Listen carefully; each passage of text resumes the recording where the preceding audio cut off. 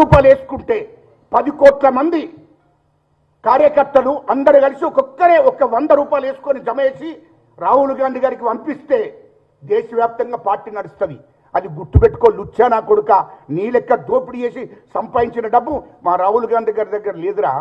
ఇప్పటికి కూడా చెప్తున్నా, నీకు ఇష్టం వచ్చినట్టు మా రాహుల్ గాంధీ గారిని ఇష్టం వచ్చినట్టు నీ చరిత్ర నాకు తెలియదారా భయ్.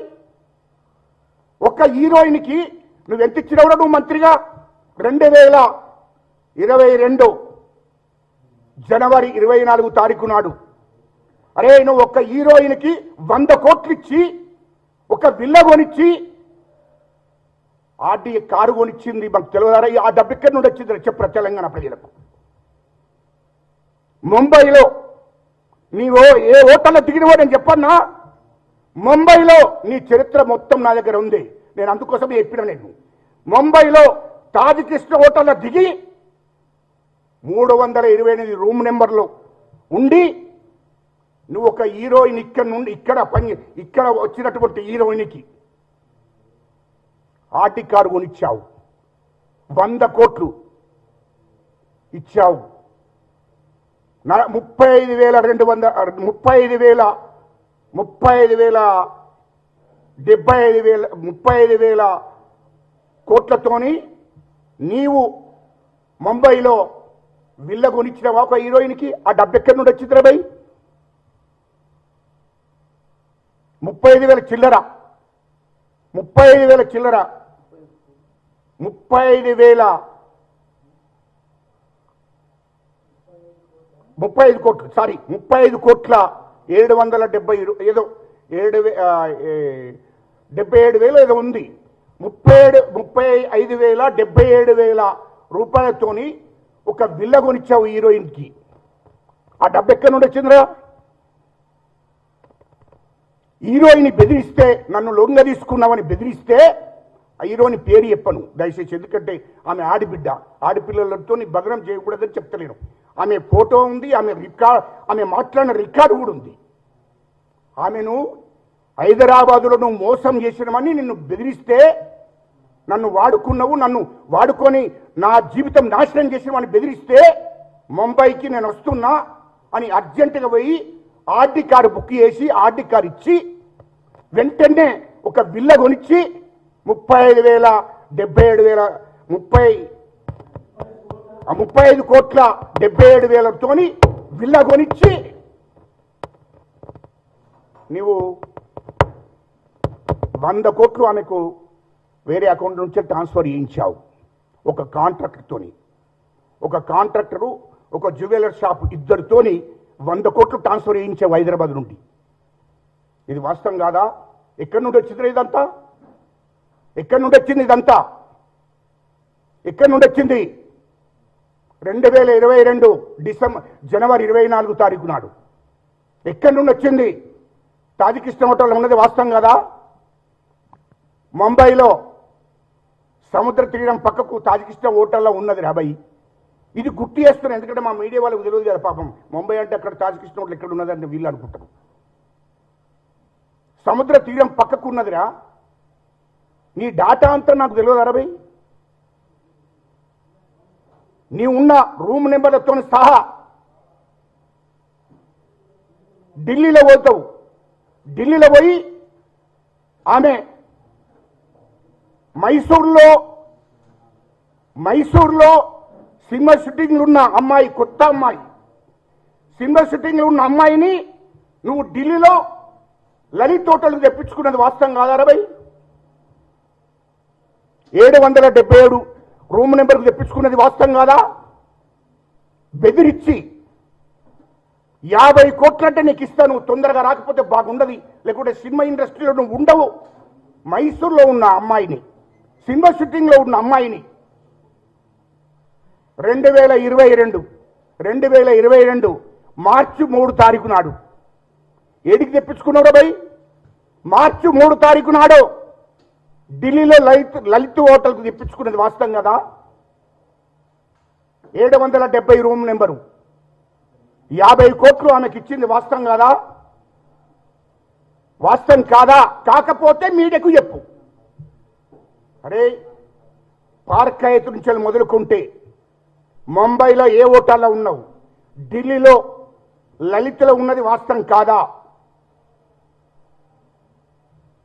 మరి ఇవన్నీ సాక్ష్యాలపై ఈ డబ్బంత ఎక్కడి నుండి వచ్చింది నాకు చెప్పు. సినిమా హీరోయిన్లను, అమ్మాయిలను, కొత్తగా వచ్చిన ఇండస్ట్రీకి వచ్చిన అమ్మాయిలను నువ్వు బ్లాక్మెయిల్ చేసి బెదిరించి ఒకరినేమో ముంబైకి తెప్పించుకుంటావు, ఒకరినేమో ఢిల్లీకి తెప్పించుకొని నీవు వాళ్ళను లొంగ తీసుకొని వాళ్ళను బెదిరిస్తే నీ మాటలు రికార్డ్ చేసినటువంటి అమ్మాయిని రికార్డ్ చేస్తే నీకు మంచి విల్ల కొనిస్తా, బెంగళూరులో మంచి విల్ల కొనిస్తా, 50 కోట్లు ఇస్తాను చెప్పడంతో ఒక మధ్యవర్తితోని, ఒక సినిమా డైరెక్టర్ మధ్యవర్తితోని ఆమె సైలెంట్గా ఉండిపోయింది. ఆమెను బెదిరించావు. ఎంతమంది జీవితాలను నాశనం చేసిన వాడు నువ్వు. అధికారంలోకి వచ్చినాక బీఆర్ఎస్ పార్టీ అధికారంలోకి వచ్చింది కాబట్టే కదా ఆస్తులు కోట్ల రూపాయలు నువ్వు సంపాదించిన అహంకారంతోనే కదా ఇవన్నీ వేసుకుంటూ వచ్చావు. ఒక్కటి కాదు, 2 కాదు, నీకు ఇంకా ఉన్నది. ఇంకా నీ ఎపిసోడ్ అంతా ఇంకా నా దగ్గర ఉన్నది. నువ్వు దుబాయ్లో ఏ విల్లాలు ఉన్నావు, ఎక్కడున్నావో అది కూడా నేను బయట పెడతా. నువ్వు తొందరపడకురా భయ్, నువ్వు తొందరపడకు. ఎవరైతే నీ బినామీ ఉన్నాడో వాడిని చంపితే ఇవన్నీ సమస్యలని పోయినాయి అనుకోకు. మొత్తం రికార్డ్ అంతా నా దగ్గర ఉంది. దుబాయ్లో నువ్వు ఏ విల్లాలు ఉన్నావు, ఎక్కడున్నావు, అక్కడ ఎవరిని తెప్పించుకున్నావో, వాళ్ళకి అక్కడ ఎన్ని విల్లాలు కొనిచ్చినావు, ఎంతమంది అమ్మాయిలను ఆడిబిడ్డలను మోసం చేసినవు రా భయ్. నువ్వు ఏం తమాషా చేస్తున్నావా? లుచ్చానా కొడుక, నువ్వు దుబాయ్లో ఏం చేశావో, లండన్లో ఏం చేశావో మొత్తం నా దగ్గర ఉంది. మొత్తం నీ డాటా అంతా నా దగ్గర ఉంది.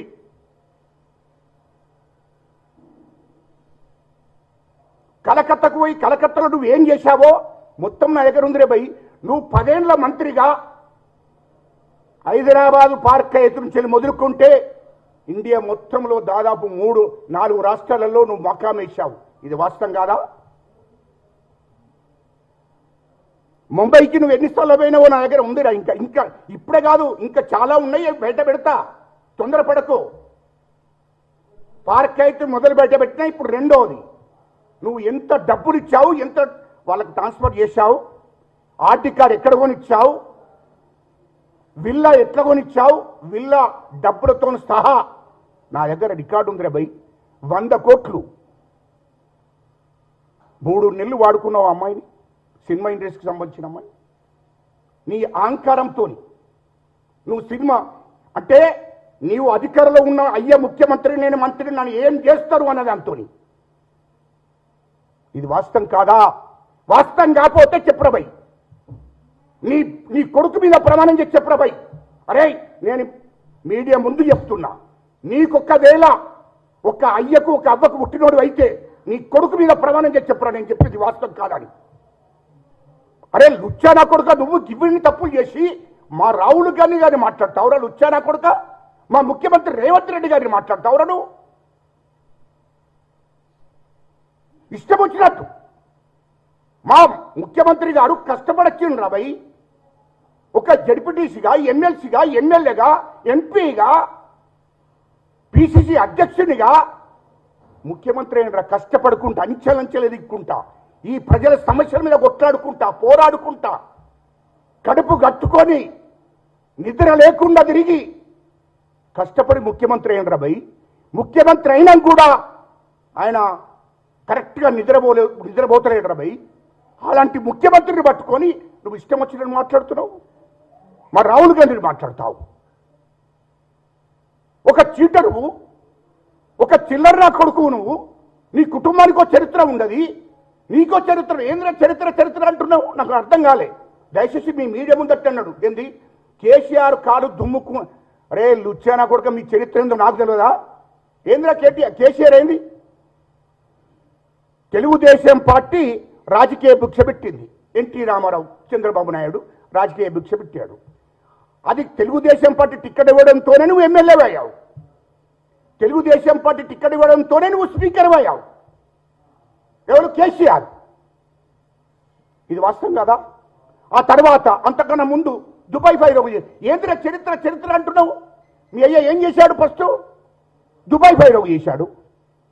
ఆ కాలంలో 100 మంది దగ్గర, నిరుపేదల దగ్గర, కూలి చేసుకుంటున్న దగ్గర 45,000 10,000 తీసుకుని ఆ కాలంలో 40-50 ఏళ్ళ కింద దుబాయ్ పంపుతారని మోసం చేశాడు. దాన్ని తప్పించుకొని పోయి ఢిల్లీకి పోయాడు. అటు ఆన్ నుండి వచ్చి కాంగ్రెస్ పార్టీ యూత్ కాంగ్రెస్లో ఉన్నాడు. ఆ తర్వాత ఎన్టీఆర్ పార్టీ పెట్టిన తర్వాత ఎన్టీ రామారావు గారు ఆ పార్టీలో చేరావు. ఆయన రాజకీయ